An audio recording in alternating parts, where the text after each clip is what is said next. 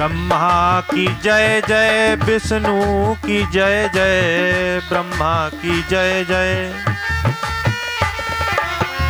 ब्रह्मा की जय जय, विष्णु की जय जय, ब्रह्मा की जय जय, विष्णु की जय जय।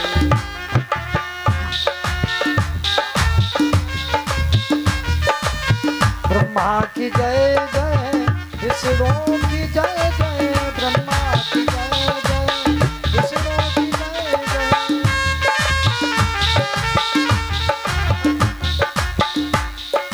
ब्रह्मा की जय जय, विष्णु की जय जय, ब्रह्मा की जय। उमापति शिव शंकर की जय जय, उमापति शिव शंकर की जय जय, उमापति शिव शंकर की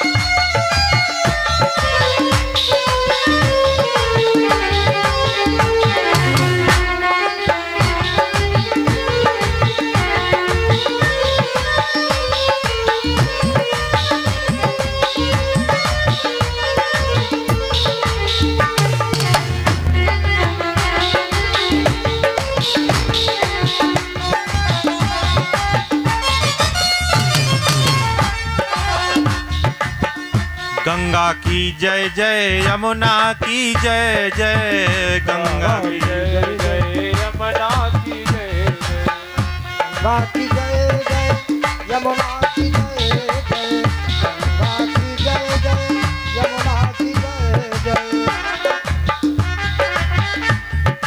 गंगा की जय जय, यमुना की जय जय, गंगा की जय जय। सरस्वती त्रिवेणी की जय जय, सरस्वती त्रिवेणी की जय, सरस्वती त्रिवेणी की जय जय हो।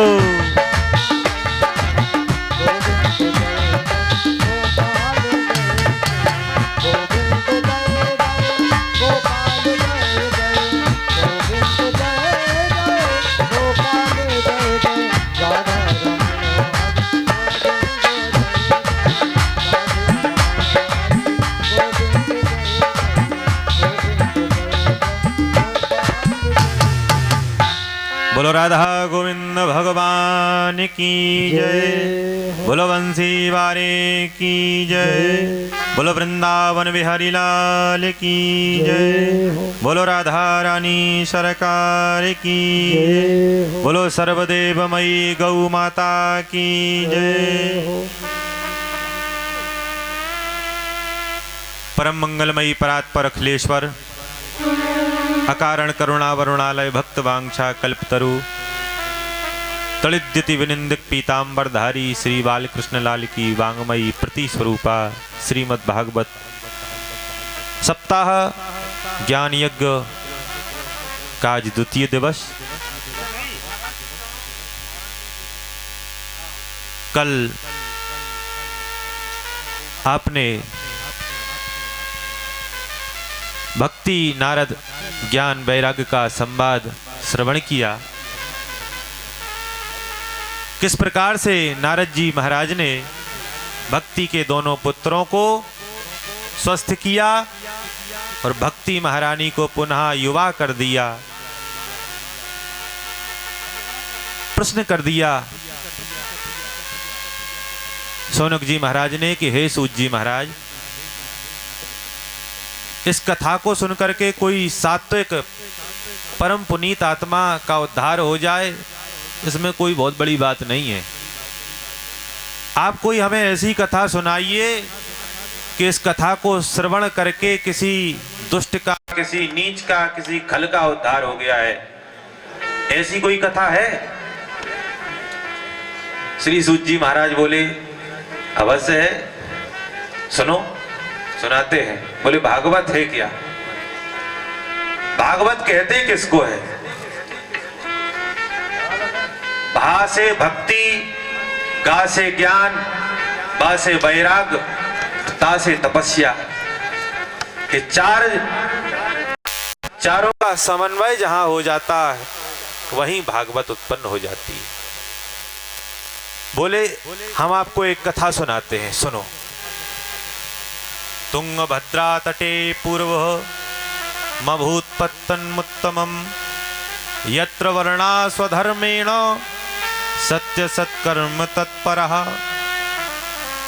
एक इतिहास है प्राचीन, और इस प्राचीन इतिहास को सुनकर के पाप हानि प्रजायते, पापों से मुक्ति मिल जाती है, ऐसा एक प्राचीन इतिहास सुनाया। बोले तुंगभद्रा नदी के तट पर एक उत्तम नगर था, और उस नगर में कौन रहते थे? बोले एक पंडित जी रहते थे, जिनका नाम था पंडित आत्मदेव शर्मा। थे कैसे? बोले द्वितीय एवं भास्कर, दूसरे सूर्य के समान थे, बहुत विद्वान थे।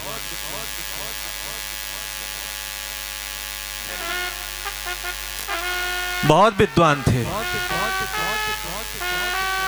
और बहुत बड़े कर्मकांडी। घर में एक पत्नी थी जिसका नाम था श्रीमती धुंधली देवी।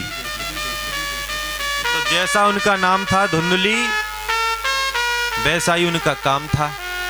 महाराज सुबह से 2-4 बार पड़ोसी के साथ लाठी चार्ज ना कर दे में, तब तक उनका जो है पेट का पानी नहीं उनका हजम होता था। बहुत क्रूर स्वभाव की थी, दुष्टा थी,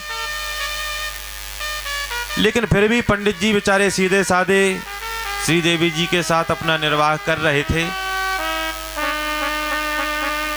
बहुत देवियां उन्हें खरी खोटी सुनाती थी, तो गालियां सुनी, अपमान सहा, फिर भी वह छोर न छोड़ा था। और बंधुओं इसी से समझ रखो, वह केर बेर का जोड़ा था।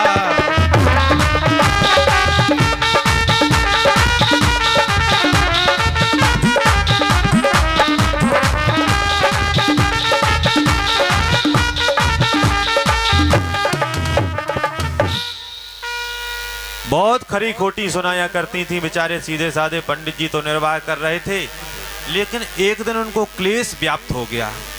उन्होंने सोचा कि चलो मेरे कोई संतान नहीं है तो मैं एक गाय पाल लेता हूं, कदाचित इसके जो बछड़ा होगा उसको मैं अपना पुत्र समझ लूंगा। महाराज एक गाय को पाल लिया घर में, लेकिन वो भी सर्वथा बंध्या भवेत, उसके भी कोई संतान नहीं हुई। न गाय के बछड़ा हुआ न बछड़िया। जब कोई संतान नहीं हुई तो सोचा कि चलो कोई बात नहीं, एक पेड़ लगाता हूं और उस पेड़ में जो फल लगेंगे उन फलों को ही अपनी संतान समझ लूंगा। तो महाराज वृक्ष भी लगाया, वृक्ष में भी कोई फल नहीं हुआ। अब तो और दुखी हो गए, तो सोचा चलो बाजार चलते हैं और बाजार से एक फल लाते हैं, उस फल को ही अपना पुत्र समझ लूंगा। लेकिन जैसे ही फल लेकर के अपने घर आते हैं तो शीघ्रमेव तच्च शीघ्रम विनश्यति, घर में लाते ही वह फल भी सड़ जाता। बड़े दुखी हैं पंडित जी। अब सोचा कि संतान किस प्रकार से हो, तो संतान न अब हो सकती है, जब आत्मदेव ने जान लिया।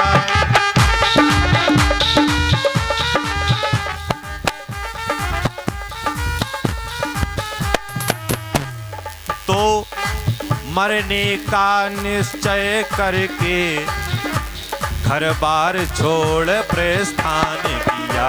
तो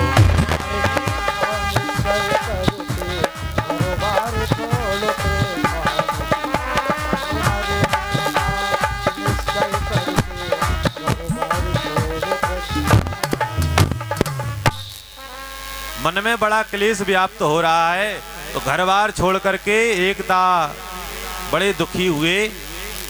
गृहम त्यक्त्वा वनम गता, घर को छोड़ करके वन को चले गए और जंगल में पहुंचे। कहां? घनघोर बियाबान बीहड़ में जाकर के सोचा अब इस शरीर का त्याग कर देंगे। तो महाराज एक फांसी का फंदा बनाया पंडित जी ने, और उस पे झूलने ही वाले थे। तब तक सोचा कि प्यास लगी है, चलो पानी पी करके मरते हैं। ये तो ऐसी बात हो गई, एक जो है सज्जन बोलेगा हम आत्महत्या कर लेंगे, हम मर जाएंगे, शरीर को नष्ट कर देंगे। सब लोग रोके, भाई क्यों मर रहे हो, जीवन बहुत अनमोल होता है। बोले नहीं नहीं, हम जी करके क्या करेंगे, हम मरेंगे। तो मरने के लिए पहुंच गए रेल की पटरी पे, और रेल की पटरी पे पहुंचे। सब लोग कहें भाई उठ जाओ, अभी कुछ नहीं बिगड़ा है, चलो घर चलो। बोले नहीं, हम तो मर के जाएंगे। तो महाराज तब तक सब लोग उठा रहे थे, तो देखा कि उनके सर के पास रोटियों की इतनी मोटी गड्डी रखी थी। बोले तब तुम मर रहे हो तो ये रोटियां किस लिए है? बोले महाराज तुम हो मूर्ख, अगर ट्रेन समझो थोड़ी 10-5 मिनट या 1-2 घंटा लेट हुई तो भूखे खाली पेट मरेंगे क्या? अपनी रोटी वोटी खा करके तो मरेंगे। इसी प्रकार से पंडित जी ने सोचा कि चलो पानी पीने चलते हैं। अब जैसे ही घाट पे पानी पीने के लिए पहुंचे, तब तक उनको एक साधु महात्मा दिखाई पड़ गए। भगवान का भजन करते हुए वे साधु महात्मा चले जा रहे थे। पंडित जी बेचारे एक कोने में बैठे रो रहे थे। पंडित जी को रोता हुआ उन महात्मा ने देखा तो विचार किया कि एक संत वैष्णव रो रहा है।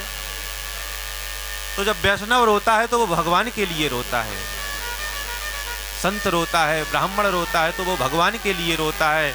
ऐसा मन में विचार करके वे महात्मा जी पंडित जी के पास आए और कारण पूछा कि हे ब्राह्मण देवता, कथम रोदसी विप्रत्वम काते चिंतावलीयसी। हे ब्राह्मण देवता, कथम रोदसी, क्यों रो रहे हो? वदत्वं सत्वरम मह्यम स्वस्य दुःखस्य कारणम, अपने दुख का मुझे पूरा कारण बताओ। पंडित जी बोले महाराज क्या बताएं? किम ब्रवीमि ऋषे दुःखम पूर्व संपापेन संचितम। हम आपको क्या बताएं, हमारे पूर्व जन्म के पाप हमें इतना घेरे पड़े हैं, जिनके कारण हमारे कोई संतान नहीं हो रही है। महात्मा जी बोले हम तो सोच करके आए थे कि इसका दुख दूर करेंगे, इसको भगवान का दुख होगा, लेकिन यहाँ तो महाराज कुछ और ही बात चल रही है। ये तो पुत्र के लिए रो रहा है, बेटी बेटी बेटी। महात्मा बोले तो बेटा हो जाओगे। ब्राह्मण क्या तुमने इतिहास पढ़ा है? राजा सगर का नाम तो सुना ही होगा, कितने धर्मात्मा राजा थे और उनके 60,000 पुत्र हुए। बताओ कौन से पुत्र ने उनको सुख दे दिया? सभी पहुंच गए गंगा सागर और कपिल देव के श्राप से सभी भस्म हो गए। तो कौन से पुत्र ने सुख दिया? नहीं सुना? तो दूसरा तो तुमने इतिहास सुना ही होगा, राजा लेकिन पुत्र कैसा हुआ? महान आस्तिक बैन जो कहता था न अष्टभ्यम न दातव्यम न होतव्यम दुजह क्वचित इति निवार्य धर्मा भेरी घोषेण सर्वसा। तो बैन का तो तुमने नाम सुना ही होगा, कितना दुष्ट निकला। तो बेटा बेटी से सुख नहीं होते पंडित जी, इस भूल में मत रहिए कि पुत्र हो जाएगा तो हमें सुख दे देगा। ब्राह्मण बोले महाराज अगर सुख नहीं देगा तो हमने ये सुना है कि सुना है हमने जो पापी जीवन में पुत्र न पाते।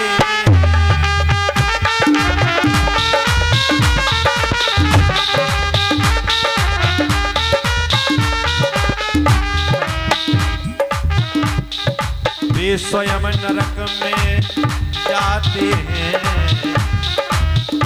पुरखों को भी ले जाते।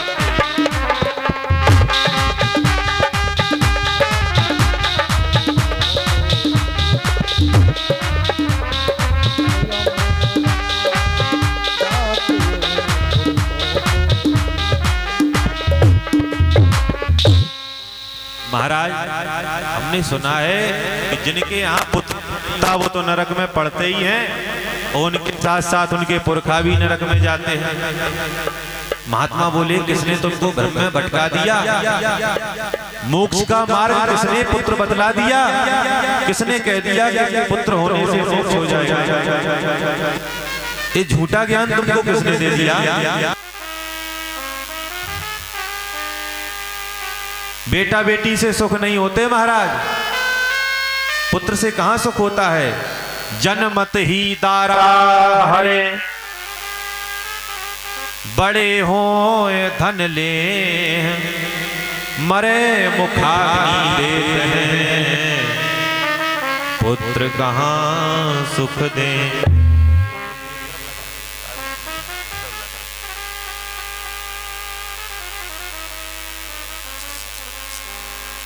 बेटा बेटी से सुख नहीं होता महाराज, ये किसी ने आपको भ्रम में भटका दिया है।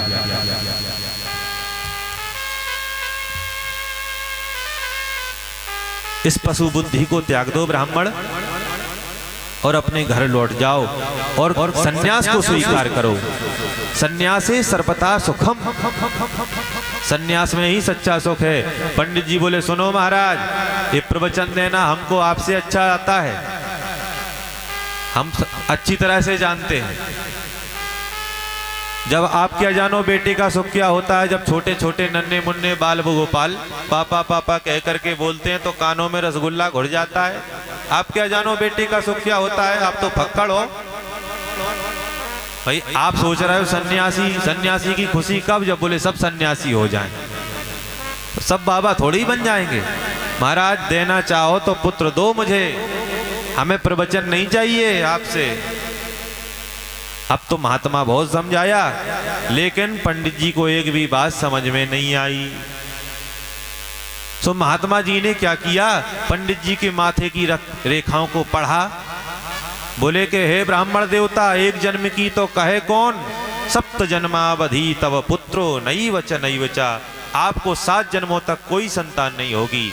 अब तो ब्राह्मण और दुखी हो गया, सर को पत्थर से पटकने लगा। रे बोले महात्मा जी तुम अच्छे मिले, तुमने तो हमारे दुख को 7 गुना और बढ़ा दिया। हम तो एक ही जन्म के मारे दुखी थे, आपने तो 7 गुना दुख कर दिया हमारा। अब तो महाराज आपको संतान हमें देनी ही पड़ेगी। महात्मा बोले हम कैसे दे दें जब आप तुम्हारी किस्मत में ही नहीं है? बोले नहीं महाराज, कदा को रोक देती हैं द्वारों संजमीरों की, भला मंजूर हो अपना तो कर खिदमत फकीरों की। निगाहे मर्द आरम से बदल जाती हैं तकदीरें, यदि विश्वास हो सच्चा तो कट जाती हैं जंजीरें। महाराज हमें पता है, जब आप बता सकते हो कि 7 जन्म तक पुत्र नहीं होगा, तो पुत्र भी आप दे सकते हो, आप में इतनी सामर्थ्य है। तो महाराज हमें संतान चाहिए। महात्मा जी बोले तो हम कहां से? तो भैया जब तुम्हारे किस्मत में ही नहीं है, विधाता ने लिख के ही नहीं भेजा, तो हम कहां से दे दें? ब्राह्मण बोले नहीं महाराज, नहीं दोगे तो इस पत्थर पे सर पटक पटक करके हम अपना प्राण दे देंगे, और हम मरेंगे सो मरेंगे, ब्रह्म हत्या आपको भी लगेगी। अब तो महात्मा जी की धड़कन तेज हो गई है, भगवान अच्छे भले जा रहे थे, ब्रह्म हत्या और हमने मोल ले ली। तो महात्मा जी ने झोली में हाथ डाला और एक फल निकाल करके अपनी तपस्या रूपी फल को दिया। बोले ब्राह्मण ले जाओ, इदम भक्षय पत्निया तुम तथा पुत्रो भविष्यति, ये फल जाकर के अपनी पत्नी को खिला देना, अवश्य ही उसको अत्यधिक सुंदर पुत्र उत्पन्न हो जाएगा। पंडित जी भागने लगे, अरे ब्राह्मण रुको तो, पूरी बात तो सुन के जाओ। फल लेकर के कहां चले? इसके साथ साथ कुछ नियम भी करने पड़ेंगे। तो महाराज क्या नियम करने पड़ेंगे? बोले सत्यम शौचम दया दानम। पहली बात तो तुम्हारी पत्नी सत्य बोले। पंडित जी बोले महाराज सुबह उठते ही जिसका झूठ से ही नंबर लगता हो वो सत्य कहाँ से बोले? वो तो प्रातः काल उठती है, बस झूठा ही झूठ बोलती है, झूठा ही लेना झूठा ही देना। बोले महाराज अब वो झूठे ही झूठ सब कुछ करती है तो वो सत्य कहाँ से बोले? बोले शौचम, पवित्रता से रहे। बोले महाराज 1-1 महीने तो नहाती नहीं, पवित्रता से कहाँ से रहे? दया, जीवों पर दया करे। बोले दया नाम का तो उसमें जो है एक भी लक्षण नहीं है, किसी पे जब दया नहीं करती। जब स्वयं अपने पतिदेव यानी मेरे ऊपर भी दया नहीं करती तो वो किसके ऊपर दया करेगी। दानम, बोले दानम क्या, वो ले और आए किसी मंदिर से दान पेटी में चंबक डाल करके, वो क्या महाराज दान करेगी। एक भक्तम तू भोजनम, एक बार भोजन करे। ब्राह्मण बोले एक बार भोजन, तो वो भी धुंधली कर ही नहीं सकती महाराज। धुंधली क्या करती है, प्रात उठ जाना, ठूस ठूस खाना। प्रात ही उठ जाए महाराज, पहले नंबर पे बस थाली लगा करके लाओ नाश्ता। पाखाना नहीं जाना, रात पाए सो जाना है। ये धुंधली के लक्षण है। फिर भी बेचारे पंडित जी भागे भागे आए, ए देवी जी, बाहर से ही चिल्लाने लगे। धुंधली बोली क्या बात है, इतना गला फाड़ फाड़ के क्यों चिल्ला रहे हो। बोले देखो हम तुम्हारे लिए क्या लेकर के आए हैं। धुंधली बोली क्या लेकर के आए, दिखाओ। तो पंडित जी ने फल दिखाया, बोले देखो हम फल लेकर के आए।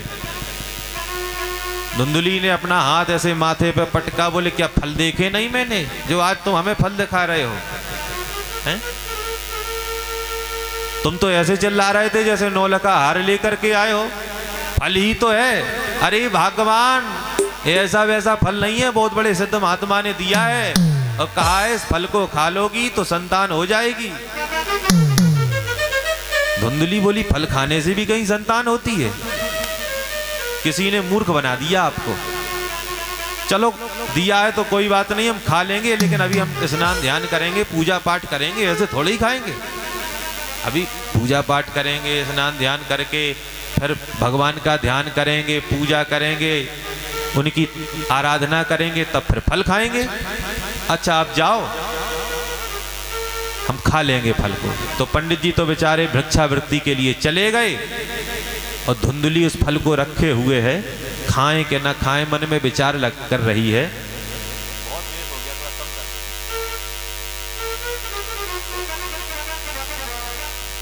तो फल को खावें या ना खावें मन में विचार कर रही थी। तब तक क्या हुआ, इसकी पड़ोसन आ गई। तो पड़ोसन को देखा, तो पड़ोसन को देख करके प्रसन्न हो गई, अरे बहन तू भले आ गई, आ बैठ। तो पड़ोसन बैठ गई। पड़ोसन से धुंधली बोली देख बहन, मेरे पतिदेव ये फल लेकर के आए हैं और कह रहे हैं इस फल को यदि तुम खा लोगी तो तुम्हारे पुत्र होगा। तो पड़ोसन बोली फिर खाती क्यों नहीं, खा ले। धुंधली बोली फल तो मैं खा लूं, लेकिन एक बात बता, जब मैं फल खा लूंगी तो मैं गर्भवती हो जाऊंगी, और जब गर्भवती हो जाऊंगी तो बोले मेरा भोजन कम हो जाएगा। क्यों, बच्चे को भी भोजन की आवश्यकता पड़ेगी, और जब भोजन कम हो जाएगा तो जब मेरी शक्ति कम हो जाएगी ततो अल्प शक्ति, और जब शक्ति कम हो जाएगी तो गृह का कथम भवेत, घर का जो अकेले सब काम करती हूं वो काम कौन करेगा। कि फल खाने से यदि रह गया गर्भ, अकेली गर्भ गिर जाएगा।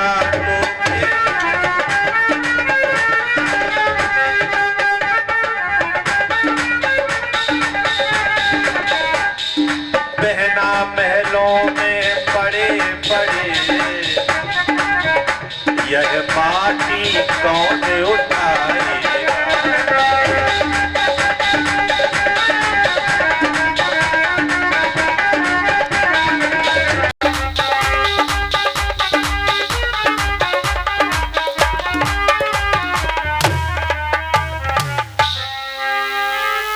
मानो यदि मैंने फल को खा लिया और कहीं गर्भ हो गया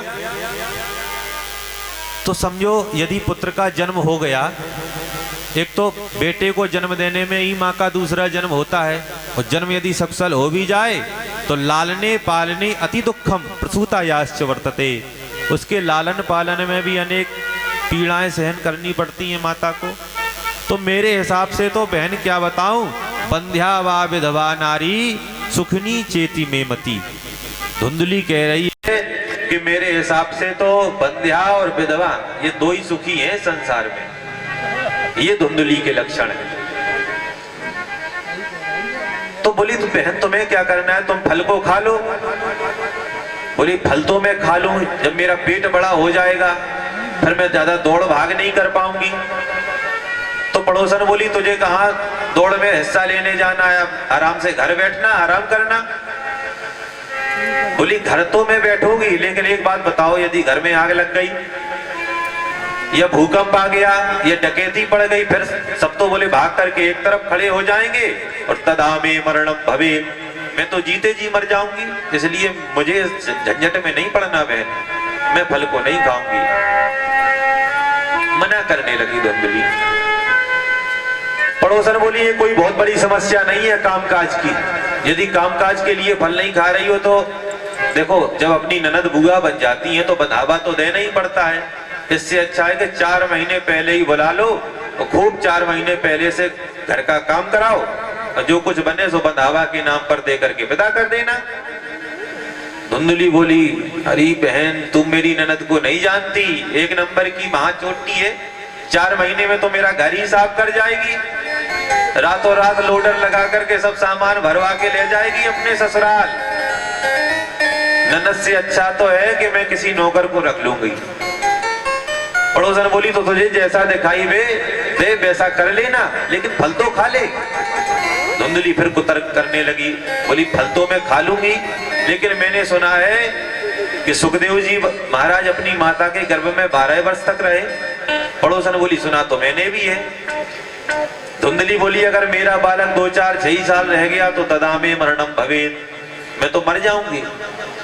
इसलिए बहन मुझे तो इस झंझट में पड़ना ही नहीं है। तो पड़ोसन बोली बहन तुझे जैसा दिखाई दे वैसा कर, और मैं तो चली अपने घर। सो पड़ोसन तो अपने घर चली गई। अब धुंधली बैठी है, संकल्प विकल्प में गोता लगा रही है कि फल को खाऊं कि न खाऊं। तब तक क्या होगा, सायंकाल का समय था, इसकी बहन आ गई।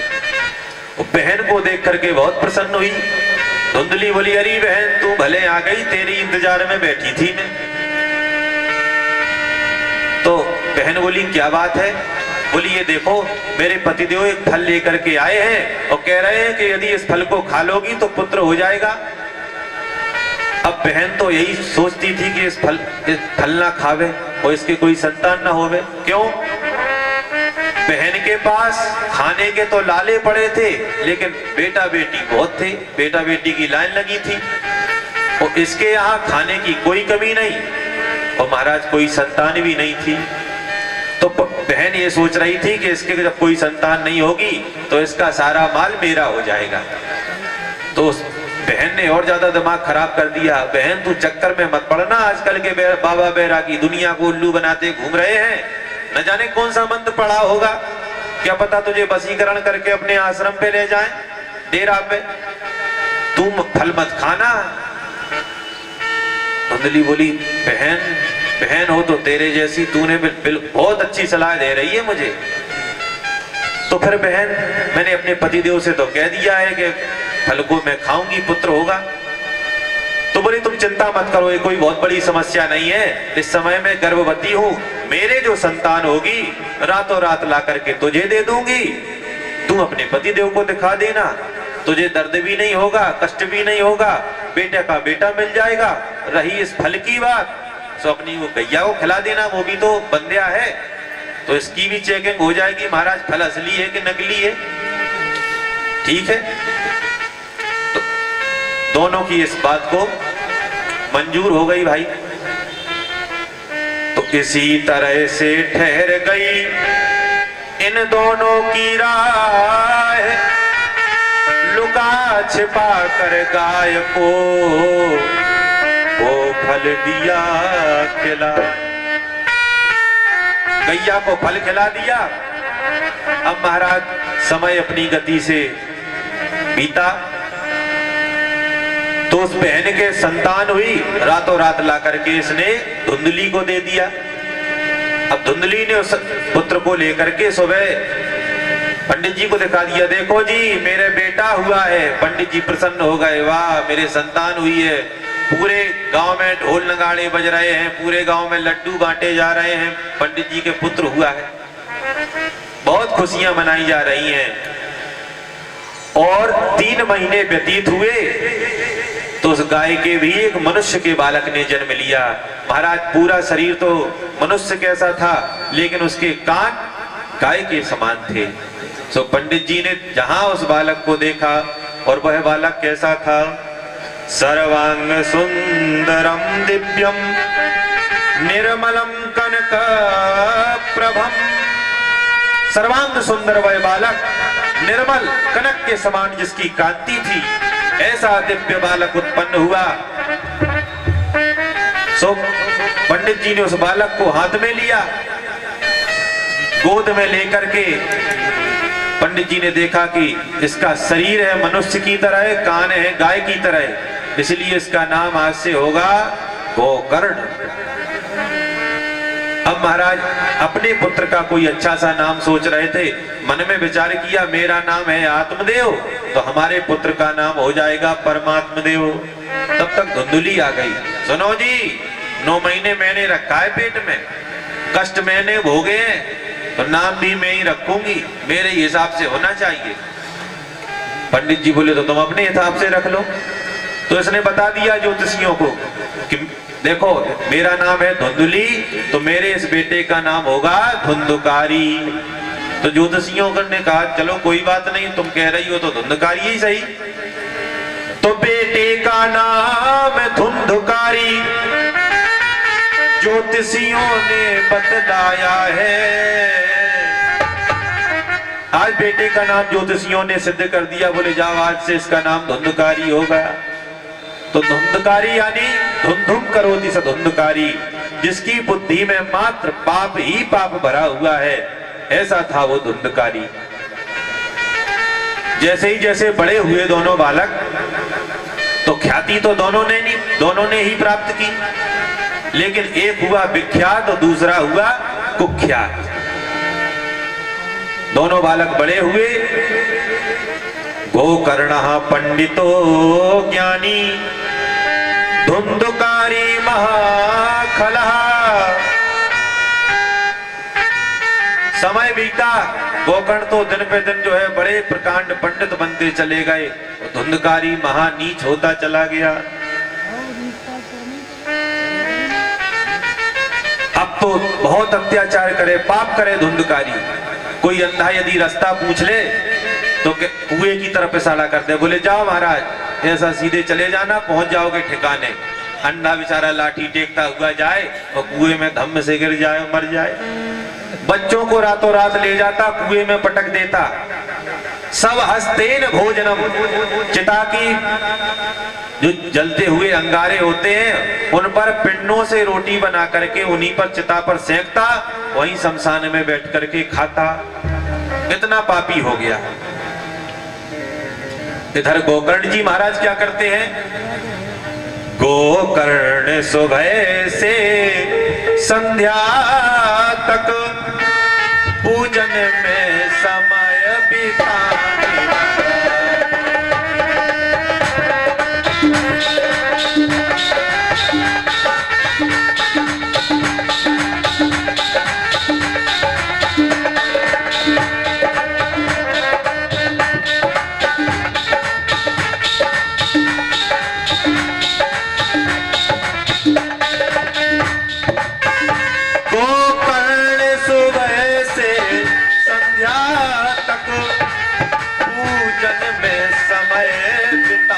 लगा।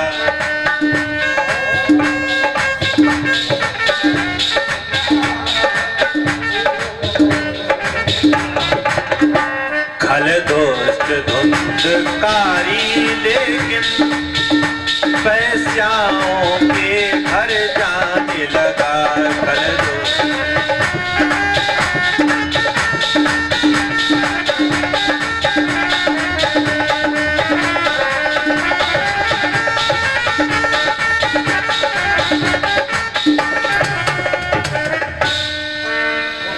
महाराज दिन पे दिन जो है धुंधकारी नीचता की सारी हदें पार करने लगा।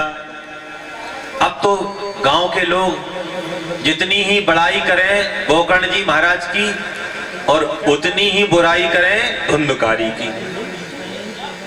सब शिकायत लेकर के आने लगे पंडित जी के पास। तो एक दिन महाराज पंडित जी माथे पे हाथ धर के बैठ गए, बोले हे भगवान, इससे तो अच्छा था कि जब हमारे कोई बेटा नहीं था तभी हम बहुत सुखी थे।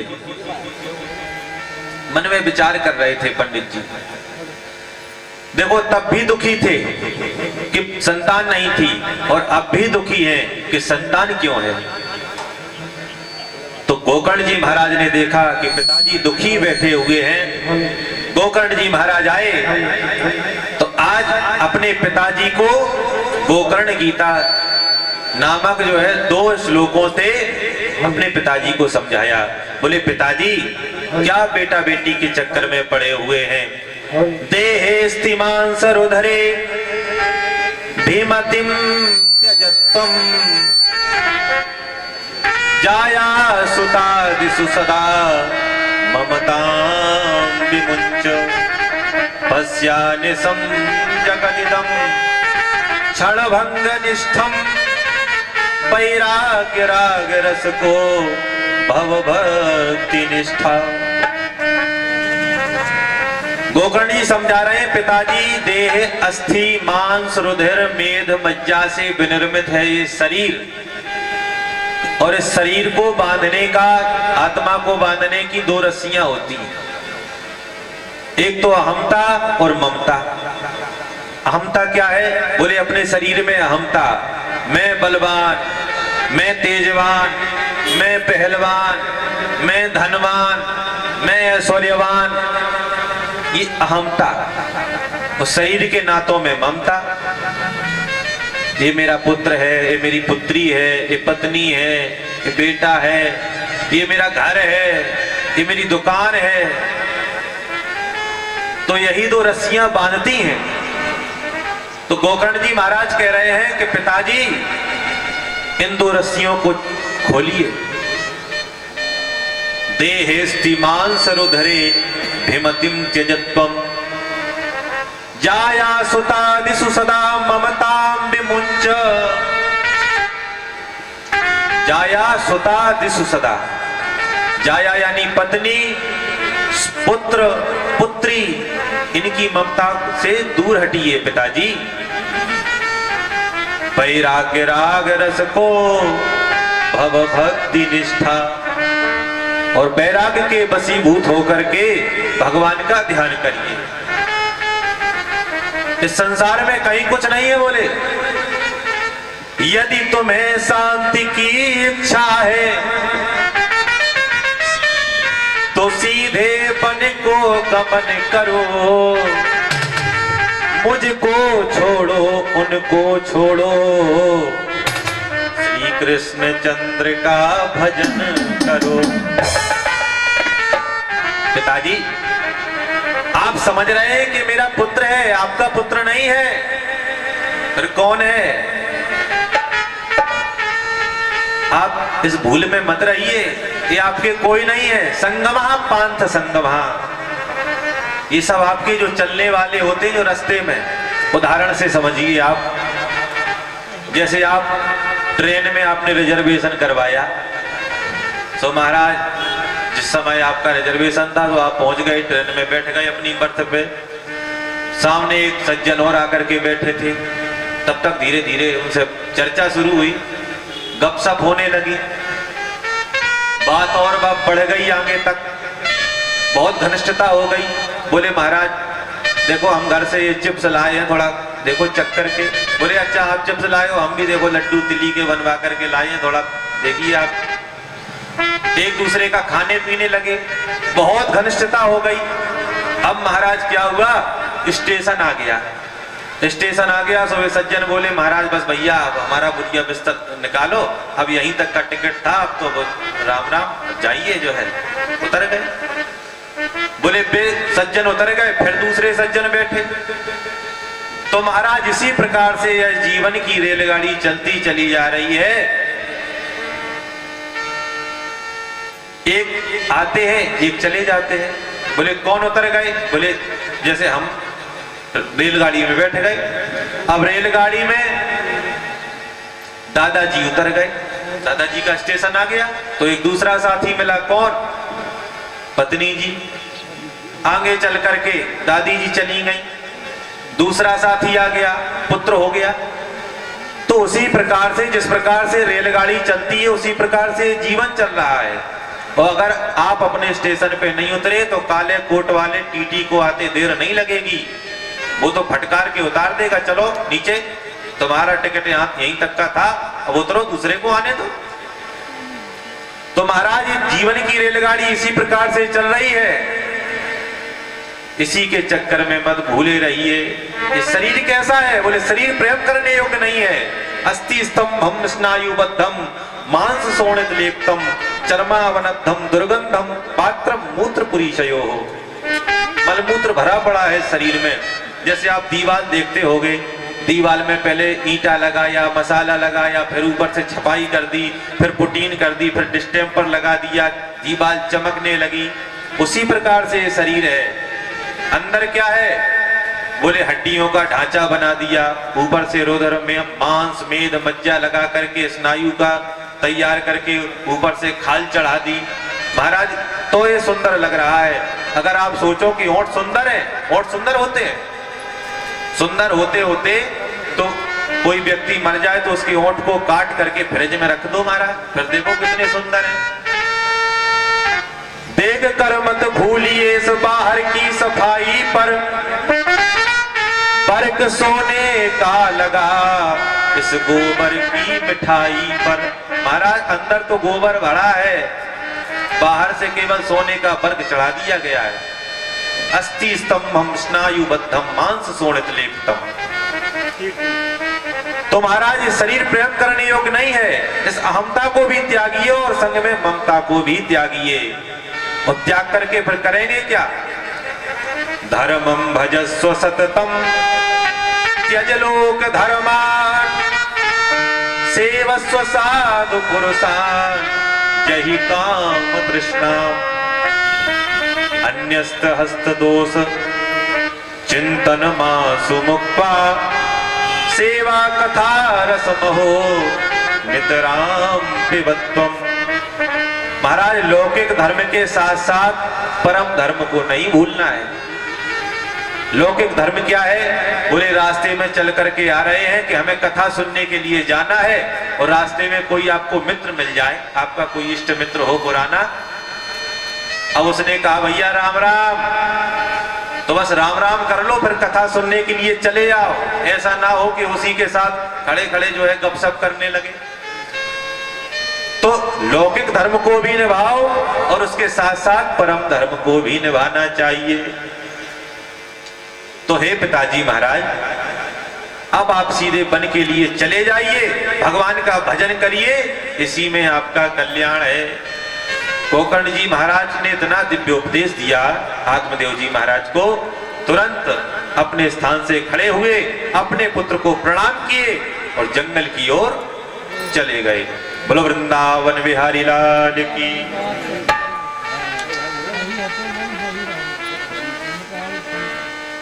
हेलो, बोली सावरिया सरकार की।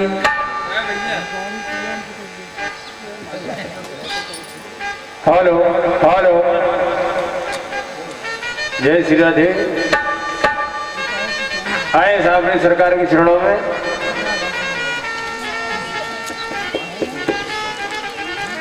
हेलो हेलो, हेलो हेलो, बोलो वृंदावन बिहारी लाल की जय। बोली सावरिया सरकार की जय। कहना है सावरी सरकार चरणों में। राधे मेरी स्वावने, मैं राधे को दास, जन्म जन्म मोहे दीजिए श्री वृंदावन को वास। तो भक्त बिहारी जी के दरबार में जाता है, कहता है कैसे चुकाऊं इन्हें सांसों के मोल रे,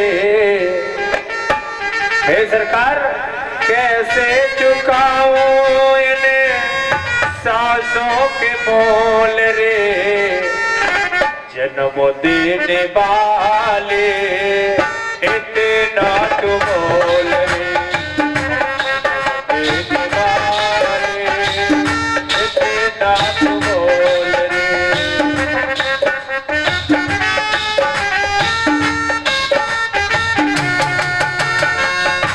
कैसे चुकाऊं इन्हें सांसों के मोल रे, कैसे चुकाऊं इन्हें सांसों के मोल रे, जन्म देने वाले इतना तो मोल